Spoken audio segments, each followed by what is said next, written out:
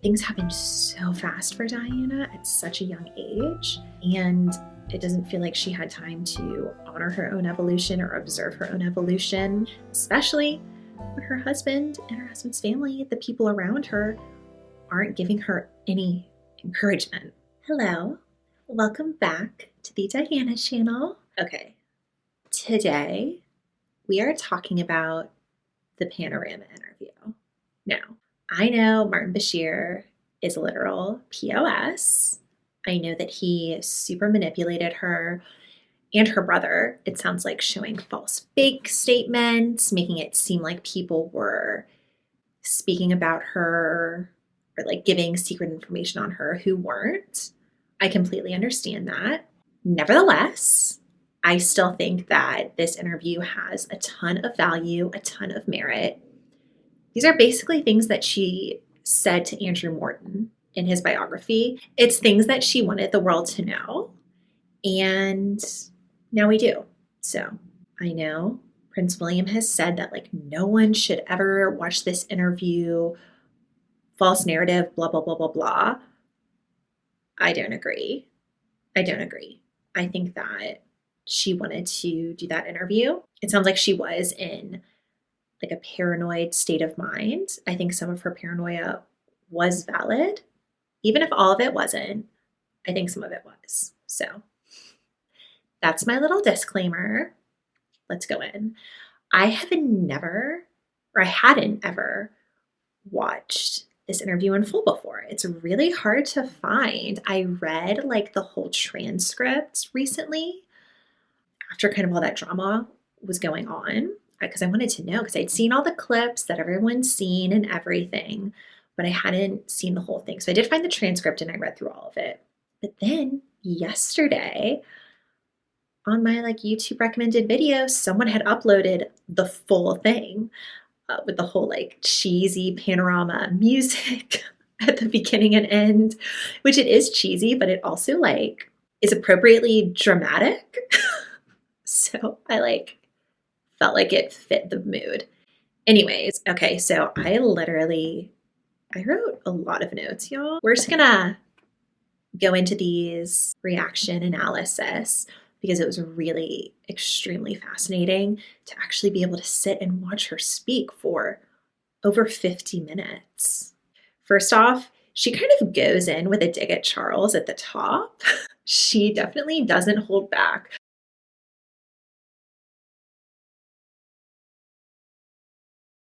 She definitely is upset at him. She's upset at him for sure. That's definitely part of what's going on there. It was really interesting too. I wrote her breathing was kind of labored throughout it. I know that it's typical of her speech pattern to be quite breathy, but it felt like she was really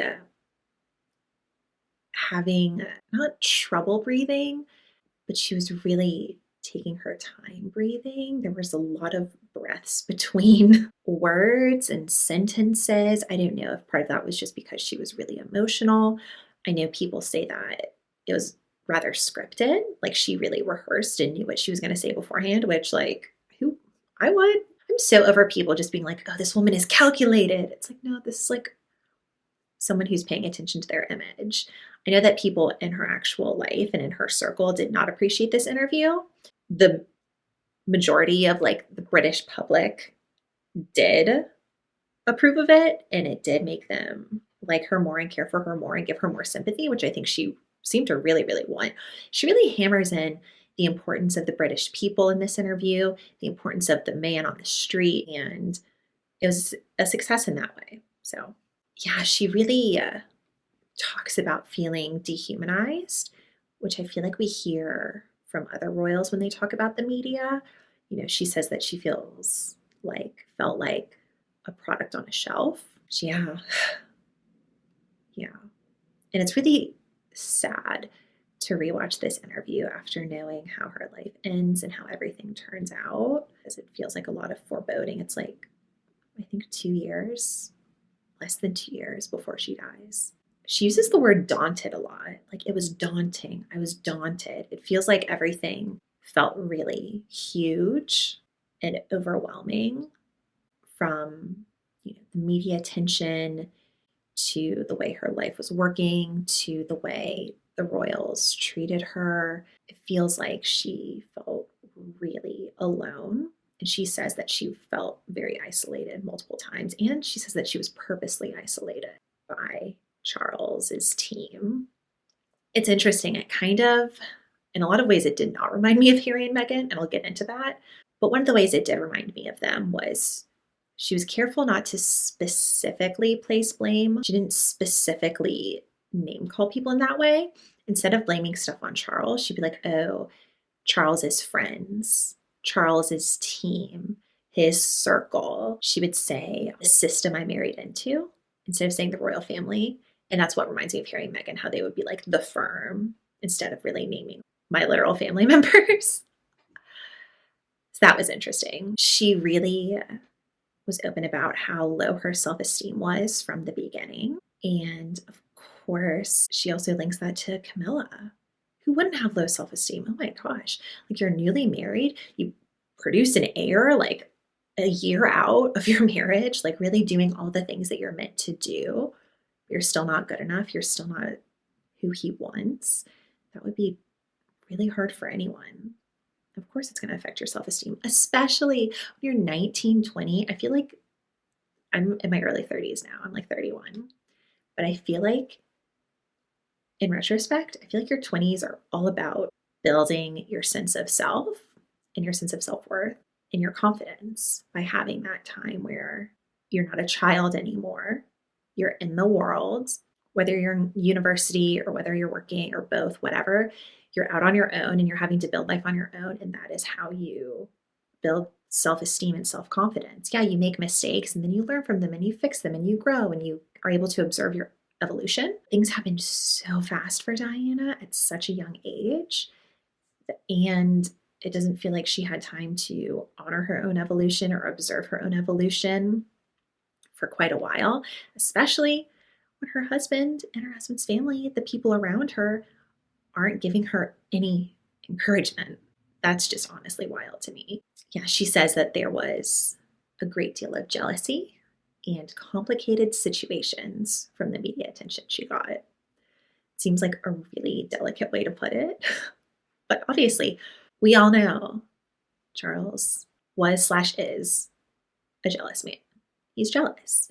He's a Scorpio. I'm a Scorpio too, bro. I feel you, but like get it together. He is really, really jealous. And it seems like he especially was with Diana, because to him, he's like, oh, I have all this great education and I've been doing this my whole life.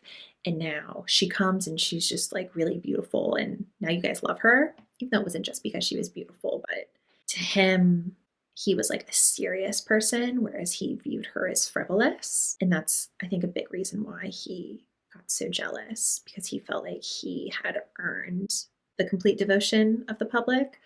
The thing is that, yeah, people, not only someone beautiful, but someone real, someone human, someone who's actually connecting with people and isn't just so stiff. The world had changed by like the 80s. Things were changing. People were wanting something different from their royals. I thought it was really interesting. So then she's talking about, how she's getting so much attention just on her hair and her clothes, and how she really wanted to use her media attention to put it on important causes, which she absolutely did. Like the rest of her life, she did that. She said something about how her work with hospices was, one, just really healing for her, because she felt really isolated, and by healing them, she was healing herself. Very classic. But she said that people at the hospice are real, and it felt like a direct comparison, saying the royals aren't real. The royal family don't act real. I guess that's what it really means. They are just so closed off, and I guess it's just this way that they've acted for a long time, but it doesn't seem to be working for everyone, if you know what I'm saying. The first time in this Panorama interview where she lightens up and it feels like she relaxes and really gives a genuine smile is when she's talking about how, when she was in labor with William, how she felt like the entire country was in labor with her. You could tell that that brought her a lot of joy. She said she was enormously relieved when she found out her first child was a boy, because that's obviously her duty is to produce a male heir in that time. But it seemed like it really brought her a lot of joy that she felt the whole country was with her and behind her during that. And I think that's even more poignant knowing that it felt like her own husband wasn't really with her. It felt like the whole royal family wasn't with her. They, of course, cared deeply about William being born. This was very important to continue the line of succession. But it sounds like she felt so disconnected from them. And this is just a pattern that comes up over and over in this Panorama interview, how she just gained so much love and healing from the British people. She speaks about her postnatal depression, which was a huge thing to talk about in the 90s. I mean, she was just so groundbreaking. She'd already opened up about her bulimia before this interview, but she talks about it in here as well. She opened up about self-harm. I mean, she was just so freaking brave. So brave. And, she talked about how she's strong. She's like, yeah, everyone thought that I was weak because I was depressed and I was struggling. She was like, but I'm strong. Like, human beings need a sense of belonging. We need connection. And she wasn't getting that. So, of course, she was struggling. It doesn't mean that she was weak, just so, so strong, so, so brave, and really doing it for the betterment of other people. Genuinely sharing her story in service of humanity. I freaking love her. She says that she really needed patience and space to adapt when she was getting over her postnatal depression. It sounds like she wasn't really given that. People just kind of expected her to snap out of things or for there to just be a quick fix. And she wasn't given much grace, it sounds like. Of course, this interview is just her point of view. Of course, it's her really working hard to deliver a certain narrative, but this is what I'm getting from the words that she's telling me. She seems so sad when she talks about the royals labeling her as unstable. She's downtrodden throughout the interview, and there are other moments, especially towards the end, when she's talking about divorce, where she does seem upset. It seems like maybe those are things that she's accepted, but her speaking about them all, just labeling her as unstable and just being like, oh, that's it, she's just unstable, and kind of giving up on her by putting that label on her, it seems like that was still bringing her a lot of grief. She said the royals basically said oh, we're not going to give you attention. You get enough attention from the media. How freaking petty are y'all? You wanted this beautiful, high-class virgin to marry into the family, to renew interest in everyone, to make people excited for Charles's reign. And she literally does that tenfold, but they're just so jealous that everyone likes her more than them, that they're just beating her down. It just brings me back to Princes in the Press. When that one reporter said, at the best of times, the royals are a nest of vipers. It's so interesting because I guess I had always thought of the family as one unit, but it seems like they really operate as they're separate houses of units. So I guess three, Buckingham, Kensington, Clarence House, now that Harry and Meghan are out. You would just think that as long as people are loving some of the royals, a royal, that it's good for everyone. Now things are different, but I mean, the Prince Andrew of it all, it's different now. But back then, I would think, oh, wow, they're obsessed with Diana. Great, they're paying attention to us. Who cares who it is? Just do your ego, ego, ego, ego, ego. We all have ego. It's a really hard thing to deal with. I get it, but y'all, get some family therapy going. Have a little circle time. Have some processing. Trigger warning, I have a bulimia section. Just a couple quick bullet points that I thought were really profound. She said that the binging felt like a pair of arms around her. Her emphasis on her loneliness and her isolation. and her saying those exact words in this interview, it's just like that's what she needed. She needed a pair of arms around her. She needed comfort. She needed someone to be present with her, to not just criticize her, to really hold space with her. I thought that this was really interesting because I actually hadn't thought of their dynamic in that way. But she was saying how in the beginning, when all the jealousy was happening because of the media attention she was getting, and they would go to engagements together, and people would like audibly be upset when Charles was on their side and they couldn't get to Diana. She was saying, it's a couple working the same job. And I thought that was really fascinating.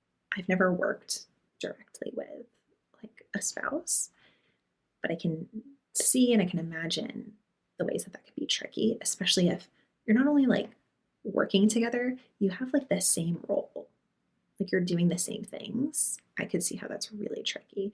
And then she said Charles decided they had to do separate engagements because he wasn't man enough to let his wife shine.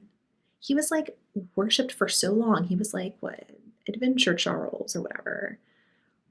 Like he had all of his 20s, almost all of his 30s being like, I don't know how much of it is like really factual, but he was portrayed as like this playboy, like with all these girls and the most eligible bachelor. It's like, bro, you had your moment. Now you found your wife, let her shine for a little bit, and you can shine together.